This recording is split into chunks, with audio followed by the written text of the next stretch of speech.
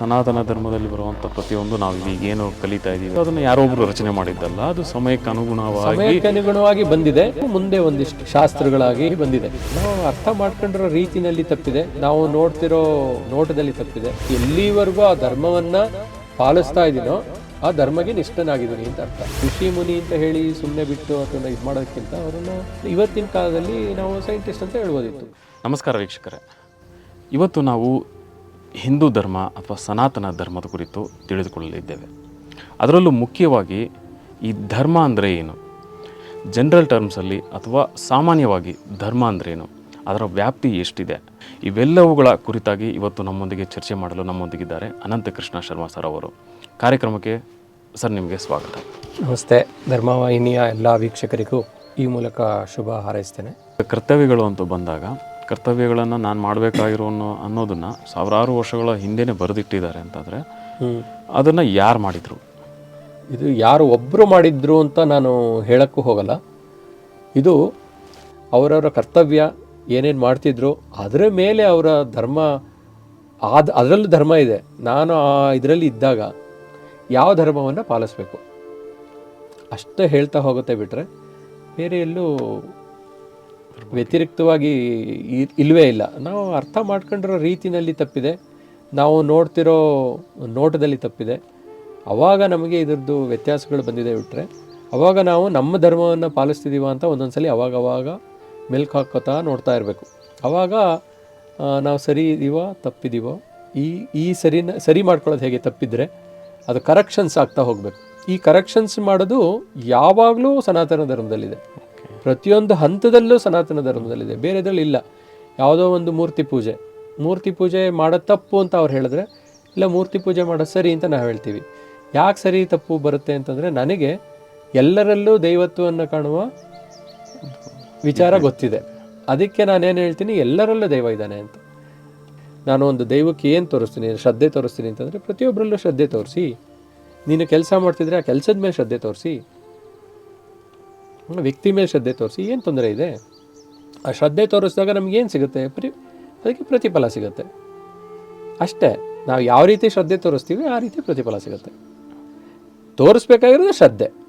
ಅದು ದೈವ ಅನ್ನೋದು ಎಲ್ಲರ ಒಳಗಡೆ ಇದ್ದಾನೆ.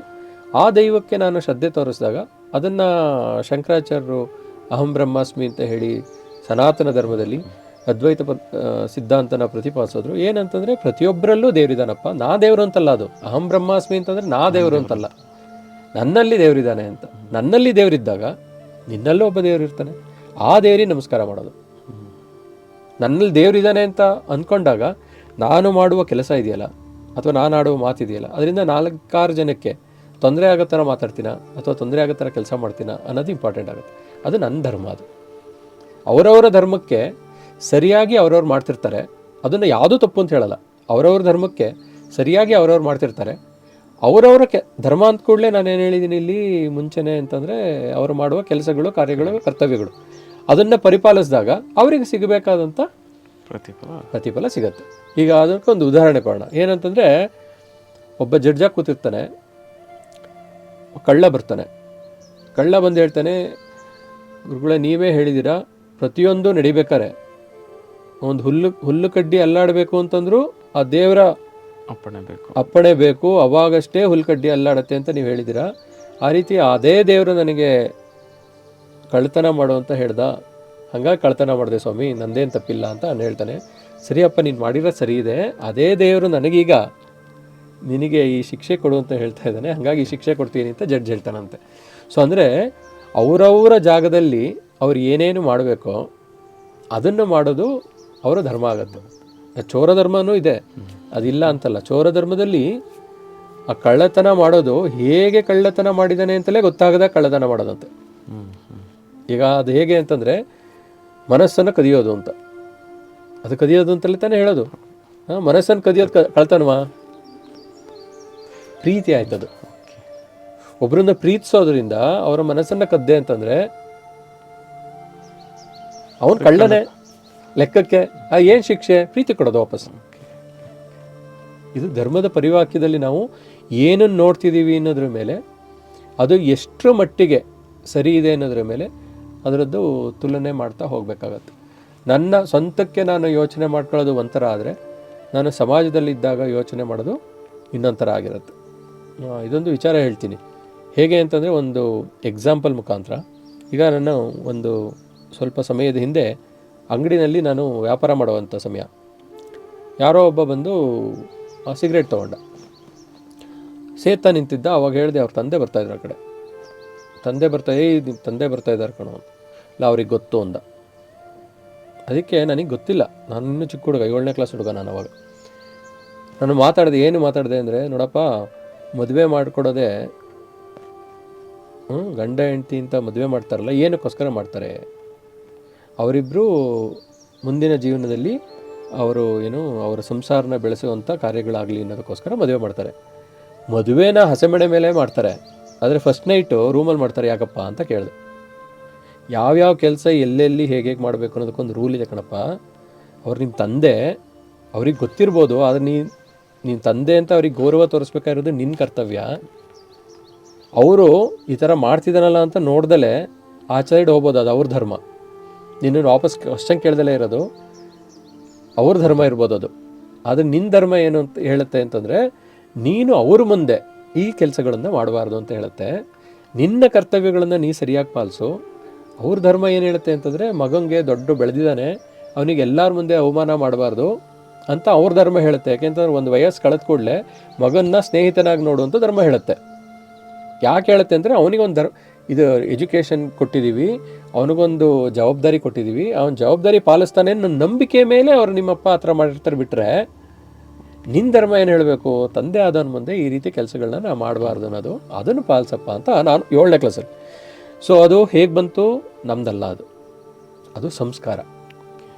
ನಮಗೇನು ಕಲಿಸ್ಕೊಟ್ಟಿರ್ತಾರೆ. ಯಾಕೆ ಇವೆಲ್ಲ ಸಂಸ್ಕಾರದ ಮುಖೇನ ಬರುತ್ತೆ ಅಂತಂದರೆ, ಯಾರೋ ಹೇಳ್ಕೊಟ್ಟಿರ್ತಾರೆ, ಯಾರೋ ಮಾತಾಡ್ಸಿರ್ತಾರೆ ಹಿಂದೆಯಿಂದ. ಅದು ನಮ್ಮ ಬಾಯಲ್ಲಿ ಬಂದಿರತ್ತಷ್ಟೇ ಆ ಸಮಯಕ್ಕೆ. ಈಗ ಆಡಿದ್ದೆಲ್ಲ ನಂದೇ ಅಂದ್ಕೊಂಡ್ರೆ ನಾನೀಗ ರಾಮಾಯಣದ ಉದಾಹರಣೆ ತೊಗೊಂಡೆ, ಮಹಾಭಾರತದ ಉದಾಹರಣೆ ತೊಗೊಂಡೆ, ಎಲ್ಲ ತೊಗೊಂಡೆ ಅಲ್ವಾ? ಇದನ್ನು ಯಾರೋ ಬರೆದ್ರು. ನಾನು ಬ್ರಾಹ್ಮಣ ಹೇಳಿದ್ದನ್ನು ಮಾತ್ರ ನಾನು ಹೇಳ್ತೀನಿ ಅಂತ ಹೇಳ್ಕೊಡೋಕ್ಕಾಗತ್ತಾ? ಯಾರ್ಯಾರೋ ಸಮಯದಲ್ಲಿ ಏನೇನೋ ಹೇಳಿರ್ತಾರೆ. ಇದನ್ನೆಲ್ಲ ನಾನು ಎರವಲು ಪಡ್ಕೊಂಡಿರ್ತೀನಿ. ಆ ಎರವಲು ಪಡ್ಕೊಂಡು ನಾನು ಮಾತಾಡ್ತಿರ್ಬೇಕಾದ್ರೆ ಇದು ನಂದು ಅಂತ ಹೇಳ್ಕೊಳ್ಳೋ ದಾಷ್ಟ ಇದೆಯಲ್ಲ, ಅದು ಧರ್ಮಕ್ಕೆ ಸಂಬಂಧಪಟ್ಟಿದ್ದಲ್ಲ.